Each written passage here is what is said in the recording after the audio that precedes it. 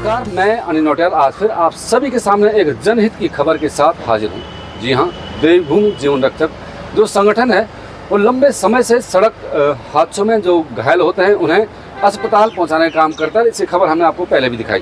सरकार ने कुछ नियम कायदे बनाए हैं जो सड़क हादसे होते हैं उसमें जो बचाव करने के लिए जाते हैं उनके लिए आप करते आ रहे हैं और अभी भी आप कर रहे हैं। तो अब जो आपने कुछ दिन पहले एक मामला मीरा रोड का था उसे आपने रेस्क्यू किया और आपने कांदिवली शताब्दी जो सरकारी अस्पताल है वहाँ पहुँचाएं।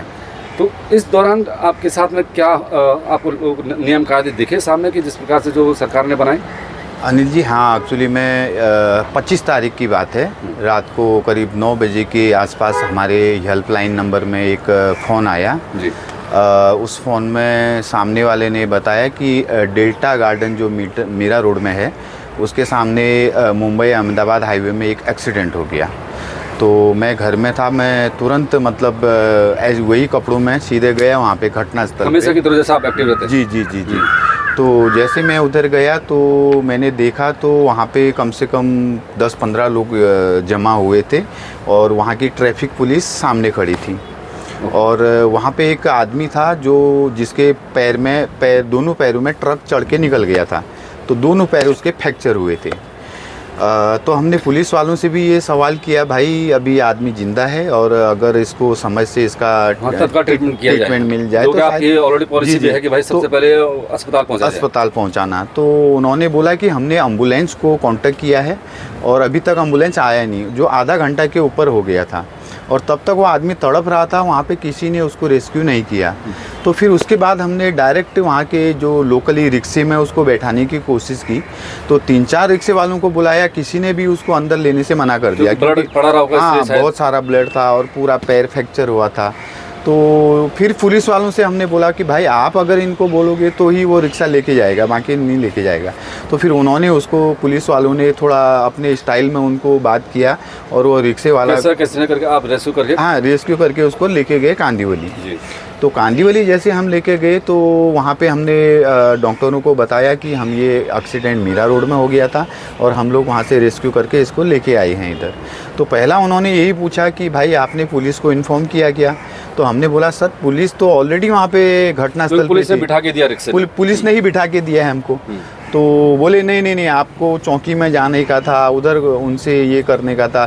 मैं बोला सर इतना टाइम हमारे पास था ही नहीं वहाँ पे। जब वहाँ के डॉक्टरों ने हमको ये बोला कि इसके घर वाले कौन हैं क्या हैं, हमने बोला देखो अभी घर वालों का हमको कुछ भी पता नहीं, उसके पास मोबाइल भी नहीं था, पर्स भी नहीं था और कोई कॉन्टैक्ट ही नहीं था कि हम लोग उनके घर वालों तक संपर्क कर सकते हैं ऐसा।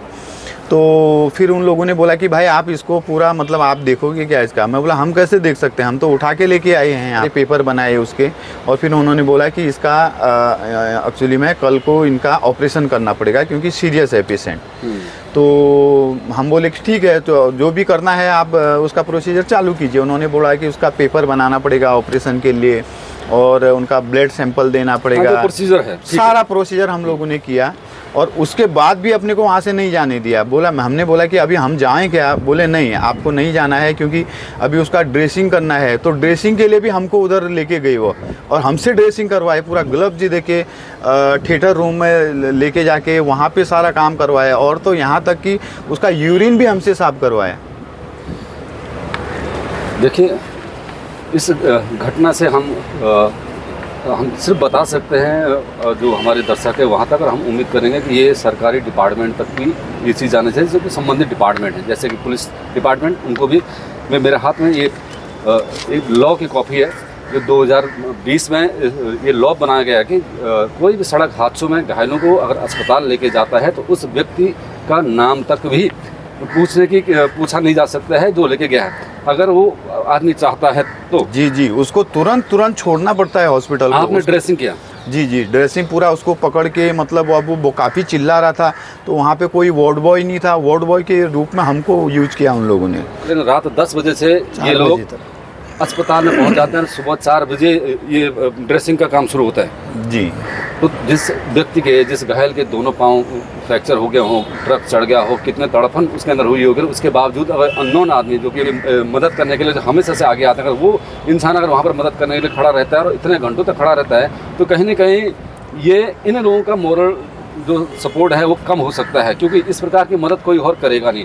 जब सरकार एक नियम कायदा बनाती है कि भाई इन लोगों की मदद की जाए, इन लोगों को कोई सवाल जवाब ना करे, इन लोगों की हौसला अफजाई के लिए तमाम नियम कायदे बनाए गए, लेकिन वो नियम कायदों का कोई भी असर नहीं पड़ रहा है। सबसे बड़ी बात क्या है अनिल जी, मैं आपको बता दूं, हम लोग अभी करीब 5-6 महीने से मीरा भाईंदर में हम लोगों ने एक अभियान चलाया है गुड समैरिटन लोगों को बताने का, क्योंकि जो लॉ, हाँ ये जो लॉ है, क्योंकि आम लोगों को इस लॉ के बारे में कुछ भी पता नहीं है। आम लोग कैसे होगा साहब, जब पुलिस डिपार्टमेंट को पता नहीं है, सरकारी जो हॉस्पिटल है उनको नहीं पता, उनको नहीं पता है, तो आम लोगों को कैसे पता होगा। तो हम लोग यही काम कर रहे हैं, हम लोग स्कूलों में कॉलेजों में जाके प्रोग्राम कर रहे हैं और इस कानून के बारे में बता रहे हैं। और जब हमारे ही साथ ऐसा हो गया, जो हम जिन स्टूडेंटों को बता रहे हैं, जिन आम लोगों को बता रहे हैं, अगर उन लोगों तक ये न्यूज़ अगर जाती है तो वो लोग कैसे मतलब यकीन कर पाएंगे कि हम लोग मतलब नहीं भरोसा कर सकते हैं। तो यही प्रॉब्लम हमसे सबसे बड़ी हमारे लिए है। तो हमने अभी इसके लिए कल हमने एक मीटिंग गीता जैन जी के साथ में भी रखी है, जो हम उनके साथ में ये बात रखेंगे कि ऐसी ऐसी घटनाएं हमारे साथ में हो रही है, तो मतलब आम लोग कैसे इसमें काम कर सकते हैं। मुझे लगता है कि आपकी शुरुआत यहाँ से कीजिएगा, लोकल पुलिस स्टेशन जहाँ भी हैं और जो सरकारी अस्पताल जहाँ भी हैं, वहाँ आप अवेयरनेस का प्रोग्राम करेंगे। मुझे लगता है कि आने वाले समय में इस प्रकार की समस्याएं नहीं आएंगी। देखिए, हम लोग आम लोगों से यही अपील करना चाहते हैं कि आप बिना डरे हुए किसी का भी हेल्प, अगर कोई एक्सीडेंट हो जाता है तो आपको उसकी मदद करनी है। अगर कोई भी तकलीफ़ आती है, उसके लिए हम बैठे हैं और हम लड़ेंगे, चाहे हॉस्पिटल हो, चाहे पुलिस हो, किसी से भी कुछ भी तकलीफ़ हो जाए, उसके लिए हम लड़ने के लिए तैयार हैं।